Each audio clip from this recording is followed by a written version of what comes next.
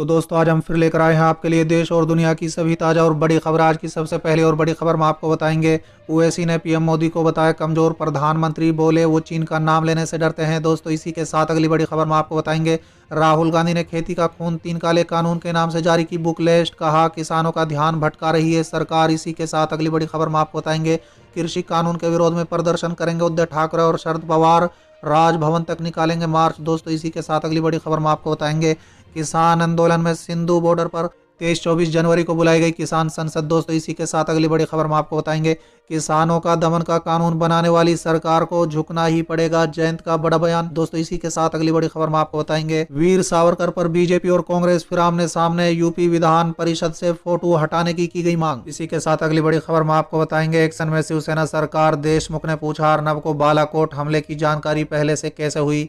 दोस्तों इसी के साथ अगली बड़ी खबर में आपको बताएंगे। अर्नब गोस्वामी की वायरल चैट मामले में पाकिस्तान के प्रधानमंत्री इमरान खान का दखल, कहा मोदी सरकार ने दिया आतंकवाद को बढ़ावा। किसान बोले रोकने की कोशिश की तो तोड़ेंगे बैरिकेड, चलाए सोशल मीडिया पर अभियान। एक और बड़ी खबर, बिहार में नौकरी नहीं मिलने पर आत्महत्या करेंगे बेरोजगार, नियोजित शिक्षक अभ्यर्थियों ने दी चेतावनी। दोस्तों इसी के साथ अगली बड़ी खबर में आपको बताएंगे। असम में 5 दलों के साथ चुनावी मैदान में उतरेगी कांग्रेस, सीएम के चेहरे पर साधी चुप्पी। दोस्तों इसी के साथ अगली बड़ी खबर हम आपको बताएंगे। विधानमंडल के सत्र पर विपक्ष के दबाव के सामने झुकी सरकार, 1 महीना 6 दिन तक चलेगा सत्र, 19 फरवरी से शुरुआत। दोस्तों इसी के साथ अगली बड़ी खबर हम आपको बताएंगे। कर्नाटक में फिर गोलाबंदी, येदुरप्पा से नाराज 15 बीजेपी एमएलए दिल्ली कूच करने की तैयारी में। दोस्तों इसी के साथ अगली बड़ी खबर हम आपको बताएंगे। केरल में एलडीएफ की फिर वापसी, बताएंगे सर्वे में कांग्रेस और बीजेपी को कितनी सीटें। वेदर को लेकर एक और बड़ी अपडेट, दिन में धूप तो शाम को छाए रहेगा कोहरा और चलेंगी सर्द हवाएं, 22 से छाएंगे बादल। चलिए देख लेते हैं आज की पहली बड़ी खबर। ओवैसी ने पीएम मोदी को बताया कमजोर, प्रधानमंत्री बोले वो चीन का नाम लेने से डरते हैं। दोस्तों दरअसल अरुणाचल प्रदेश में चीन के 100 घरों का गांव बनाने की खबरों के बाद से विपक्ष मोदी सरकार पर हमलावर है। दोस्तों बता दें विपक्ष के नेता सीधे प्रधानमंत्री नरेंद्र मोदी के नेतृत्व पर सवाल उठा रहे हैं। दोस्तों बता दें इस लिस्ट में अब एआईएमआईएम असदुद्दीन ओवैसी का नाम भी जुट गया है। दोस्तों बता दें ओवैसी ने प्रधानमंत्री नरेंद्र मोदी को कमजोर प्रधानमंत्री बताया है। दोस्तों बता दें ओवैसी ने कहा है कि प्रधानमंत्री नरेंद्र मोदी चीन का नाम लेने से भी डरते हैं। दोस्तों साथ ही ओवैसी ने कहा है कि सैटेलाइट इमेज से पता चलता है कि चीन ने अरुणाचल में परमानेंट कंस्ट्रक्शन कर लिया है। प्रधानमंत्री कमजोरी दिखा रहे हैं, पीएम चीन का नाम क्यों नहीं लेते, पीएम चीन का नाम लेने से डरते हैं। दोस्तों साथ ही ओवैसी ने कहा है कि पीएम कमजोर प्रधानमंत्री हैं क्योंकि उन्हीं की पार्टी का एमपी कहता है कि चीन ने अरुणाचल की जमीन पर कब्जा कर लिया है। चलिए अगली खबर, राहुल गांधी ने खेती का खून तीन काले कानून के नाम से जारी की बुकलेट, कहा किसानों का ध्यान भटका रही है सरकार। दोस्तों दरअसल मंगलवार को कांग्रेस नेता राहुल गांधी ने प्रेस कॉन्फ्रेंस की। साथ ही कांग्रेस नेता राहुल गांधी ने कृषि कानून पर खेती का खून तीन काले कानून बुकलेट जारी की, जिसमें राहुल गांधी ने कृषि कानूनों को लेकर केंद्र सरकार को घेरा है। इस दौरान राहुल गांधी ने कहा है कि चीन हिंदुस्तान की कमजोरी को देख रहा है, चीन के पास स्ट्रेटेजिक विजन है, वो दुनिया को शेप करना चाहता है, हिंदुस्तान के पास स्ट्रेटेजिक विजन नहीं है। चीन ने हिंदुस्तान के डोकलाम और लद्दाख में टेस्ट किया है। साथ ही राहुल गांधी ने कहा है कि अगर चीन को साफ संदेश नहीं दिया तो चीन इसका फायदा उठाएगा। दोस्तों बता दें राहुल गांधी ने कहा है कि 3 कानून का ये एक प्रक्रिया है जो यहीं नहीं रुकने वाली है। इनका लक्ष्य हिंदुस्तान के किसान को खत्म करना और पूरा कृषि सिस्टम अपने 3-4 मित्रों को देना है। दोस्तों बता दें साथ ही राहुल गांधी ने कहा है कि सरकार किसानों का ध्यान भटकाने की कोशिश कर रही है। सरकार किसानों से बात करने के लिए कह रही है, 9 बार बात हो गई, सरकार मामले में कोर्ट को घसीटना चाहती है। चलिए अगली खबर, कृषि कानून के विरोध में प्रदर्शन करेंगे उद्धव ठाकरे और शरद पवार, राजभवन तक निकालेंगे मार्च। दोस्तों दरअसल केंद्र सरकार की तरफ से लाए गए 3 कृषि कानूनों के विरोध में दिल्ली की सीमाओं पर 55 दिनों से आंदोलन चल रहा है। दोस्तों दूसरी तरफ किसान आंदोलन के समर्थन में मुंबई के आजाद मैदान में 25 जनवरी को होने वाले प्रदर्शन में एनसीपी चीफ शरद पवार और महाराष्ट्र के मुख्यमंत्री उद्धव ठाकरे हिस्सा लेंगे। दोस्तों बता दें इस बात की जानकारी एनसीपी के प्रवक्ता और राज्य के मंत्री नवाब मलिक ने दी है। दोस्तों उन्होंने कहा है कि महाराष्ट्र विकास अघाड़ी की तरफ से कुछ किसान संगठनों की तरफ से आयोजित किए जा रहे प्रदर्शन को समर्थन दिया जाएगा। चलिए अगली खबर, किसान आंदोलन को लेकर सिंधु बॉर्डर पर 23-24 जनवरी को बुलाई गई किसान संसद। दोस्तों दरअसल दिल्ली की सीमा पर चल रहे किसान आंदोलन के समर्थन में अब सिविल सोसाइटी के लोग भी सामने आए हैं। दोस्तों बता दें इसी कड़ी में सिविल सोसाइटी की तरफ से दिल्ली के सिंधु बॉर्डर पर 23 और 24 जनवरी को किसान संसद बुलाए जाने का फैसला लिया गया है। दोस्तों बता दें इस किसान संसद में पक्ष और विपक्ष के सभी सांसदों के अलावा पूर्व सांसद और कृषि विशेषज्ञों समेत किसानों को भी बुलाया जाएगा। दोस्तों बता दें इस किसान संसद में केंद्र सरकार द्वारा लाए गए तीनों कृषि कानूनों पर चर्चा की जाएगी। दोस्तों बता दें 23 और 24 जनवरी को दिल्ली के सिंधु बॉर्डर के करीब होने वाली किसान संसद का आयोजन जिस समिति ने किया है उसमें सिविल सोसाइटी से जुड़े हुए कई चर्चित नाम शामिल हैं। चलिए अगली खबर, किसानों के दमन का कानून बनाने वाली सरकार को झुकना ही पड़ेगा, जयंत का बड़ा बयान। दोस्तों दरअसल बड़ौद के धरने में शामिल हुए रलेत उपाध्यक्ष बोले 26 जनवरी की परेड के लिए ताकत झोंक दो किसान। दोस्तों बता दें रलेद के राष्ट्र उपाध्यक्ष जयंत चौधरी ने कहा है कि किसानों के दमन का कानून बनाने वाली सरकार को झुकना ही पड़ेगा। किसानों का आंदोलन एकता, संयम और अनुशासन के साथ चल रहा है, लेकिन सरकार से किसान सावधान रहें। दोस्तों साथ ही उन्होंने कहा है कि 26 जनवरी की परेड में ताकत झोंक दो। चलिए अगली खबर, वीर सावरकर पर बीजेपी और कांग्रेस फिर आमने सामने। यूपी विधान परिषद से फोटो हटाने की गई मांग। दोस्तों दरअसल वीर सावरकर को लेकर भारतीय जनता पार्टी और कांग्रेस का पुराना टकराव अब एक बार फिर सामने आ गया है। दोस्तों बता दें उत्तर प्रदेश विधान परिषद में सावरकर का चित्र देखकर कांग्रेस बिफर गई। दोस्तों बता दें परिषद में पार्टी के दल नेता दीपक सिंह ने सभापति रमेश यादव को पत्र लिखकर सावरकर के कार्यों को देश विरोधी बताया और फोटो हटाकर भाजपा के सांसद कार्यालय में लगाने की मांग की है। चलिए अगली खबर, किसान बोले रोकने की कोशिश की तो तोड़ देंगे बैरिकेड, चलाया सोशल मीडिया पर अभियान। दोस्तों दरअसल यूपी गेट पर 55 दिनों से आंदोलन कर रहे किसानों ने 26 जनवरी को होने वाली ट्रैक्टर रैली की तैयारी तेज कर दी है। दोस्तों बता दें ट्रैक्टरों के आगे बुलगार्ड लगाने शुरू कर दिए हैं। दोस्तों बता दें बुलगार्ड लगे ट्रैक्टर मार्च के दौरान पहले कतार में होंगे। अगर दिल्ली पुलिस बैरिकेड लगाकर किसानों को रोकने की कोशिश करती है तो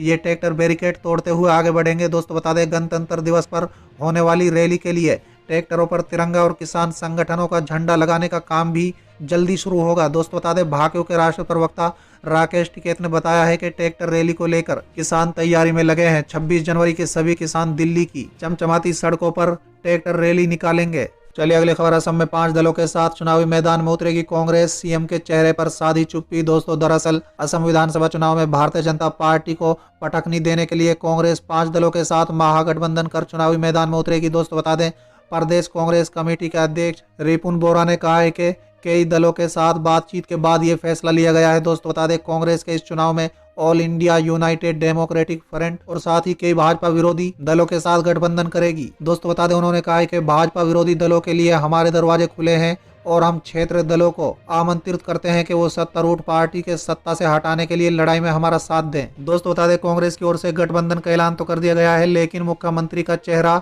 कौन होगा इस पर पार्टी अभी तक चुप्पी साधे हुए है। चलिए अगली खबर, विधानमंडल के सत्र पर विपक्ष के दबाव के सामने झुकी सरकार, 1 महीना 6 दिन तक चलेगा सत्र, 19 फरवरी से शुरुआत। दोस्तों दरअसल बिहार विधानमंडल के सत्र को 2-3 दिनों में निपटा लेने के मूड में दिख रही है सरकार, विपक्ष के दबाव के सामने झुक गई है। दोस्तों बता दें सरकार ने मंगलवार को यह फैसला लिया है कि विधानसभा और विधान परिषद का बजट सत्र 1 महीना 6 दिन तक चलेगा, 19 फरवरी से सत्र की शुरुआत होगी। दोस्तों गौरतलब है कि सरकार ने कोरोना वैक्सीन का हवाला देते हुए 2-3 दिनों का बजट सत्र बुलाने की योजना बनाई थी, लेकिन तेजस्वी यादव समेत पूरे विपक्ष ने सरकार के इस फैसले के खिलाफ सत्र का बहिष्कार कर दिया और साथ ही साथ सीएम का आवास घेरने का ऐलान कर दिया।